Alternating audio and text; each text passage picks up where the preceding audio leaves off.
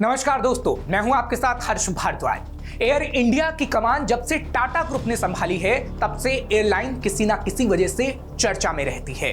पहले air India की flight में खराब खाने को लेकर शिकायतें मिली, उसके बाद एक पैसेंजर पर पेशाब करने को लेकर एयर इंडिया को फजीहत झेलनी पड़ी और अब एयर इंडिया एक्सप्रेस के कर्मचारी के अचानक सिक लीव यानी बीमारी की छुट्टी पर जाने के बाद एयरलाइन को करीब 78 फ्लाइट कैंसिल करनी पड़ी, जिससे लोगों को परेशानी का सामना करना पड़ा और लोगों के पसीने निकल गए। माना जा रहा है कि एयर इंडिया एक्सप्रेस के कर्मचारी मांगे पूरी नहीं होने पर मास सिक लीव पर गए हैं। एयर इंडिया एक्सप्रेस के कर्मचारी यूनियन ने पिछले महीने कंपनी मैनेजमेंट को एक पत्र के जरिए अपनी मांगों के बारे में बताया था। ये यूनियन देश के सबसे बड़े मजदूर संगठन भारतीय मजदूर संघ से जुड़ी है। यूनियन की तरफ से भेजे गए पत्र में कहा गया कि टाटा ग्रुप की तरफ से टेक ओवर किए जाने के बाद एयर इंडिया एक्सप्रेस कई मुद्दों से जूझ रही है और कर्मचारी अपनी परेशानी को कई बार कंपनी को बता भी चुके हैं, लेकिन अब तक उसका कोई हल नहीं निकला है और अब इस वजह से कंपनी और कर्मचारियों की वजह से फंस रही है तो आम जनता, यानी आम जनता कंपनी और कर्मचारियों के बीच पिस गई है। फिलहाल आम जनता को और कितनी परेशानी का सामना करने पड़ेगा वो आपको बताएं, उससे पहले आपको बता देते हैं कि एयर इंडिया एक्सप्रेस के कर्मचारियों की मांगे क्या है जिस वजह से कंपनी और कर्मचारी के बीच ठन गई है।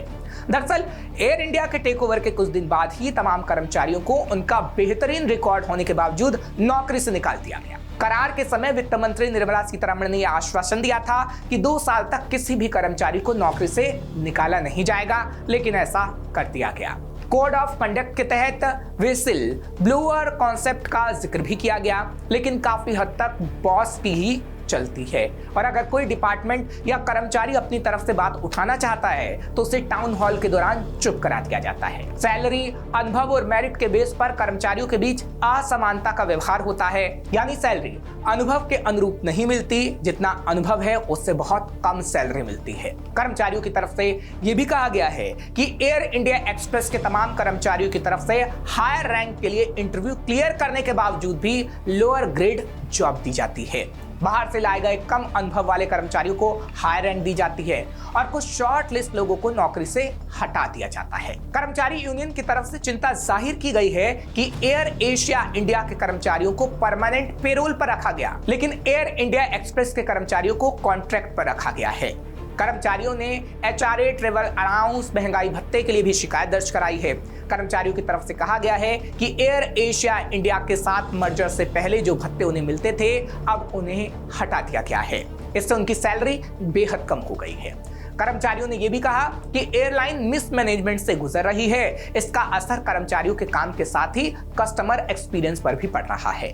इससे पूरी कंपनी की परफॉर्मेंस काफी प्रभावित हो रही है और कंपनी धीरे धीरे निचले स्तर पर जा रही है। चलिए, ये तो बात हुई कर्मचारियों की। अब बात करते हैं कंपनी की कि आखिर कंपनी क्या कुछ कहती है, यानी एयर इंडिया एक्सप्रेस की तरफ से क्या कुछ कहा गया है वो आपको बताते हैं। दरअसल एयर इंडिया एक्सप्रेस ने कहा कि कुछ केबिन क्रू मेंबर अचानक बीमार हो गए, इस कारण कुछ फ्लाइट में देरी हुई और कुछ को रद्द करना पड़ा।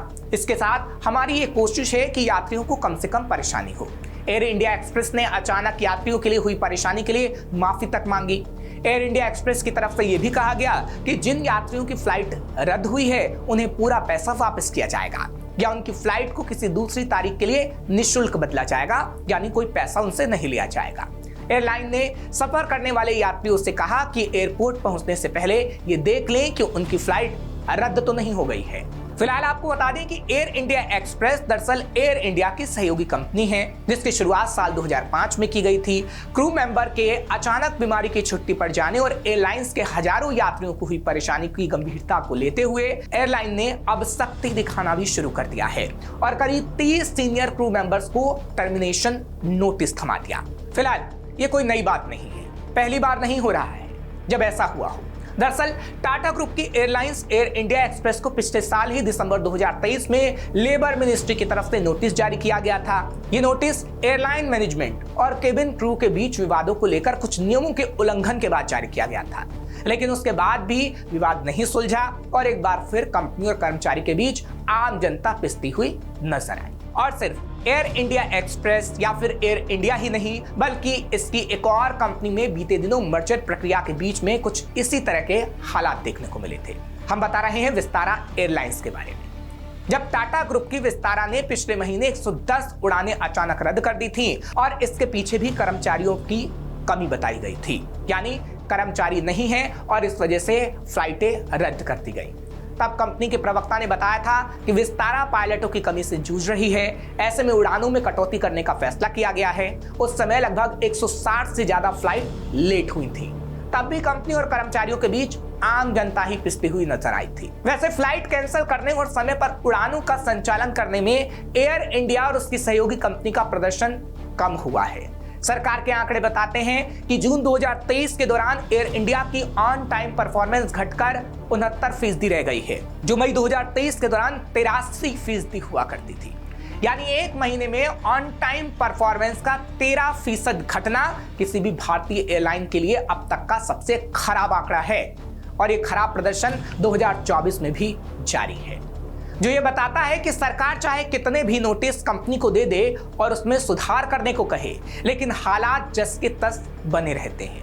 और अगर ऐसा ही होता रहा और आम जनता बार बार कंपनी और कर्मचारियों के बीच पिसती रहेगी और सरकार कंपनी से जवाब मांगती रहेगी, तो आखिर में फिर वही होगा और एक बार फिर खबर आएगी कि कंपनी और कर्मचारियों के बीच ठन गई है और आम जनता फिर एयरपोर्ट पर सिर्फ पसीना बहा रही है। उत्तर प्रदेश की हर खबर से अपडेट रहने के लिए श्रेष्ठ यूपी को करें सब्सक्राइब, बेल आइकन दबाएं और देखते रहें श्रेष्ठ यूपी।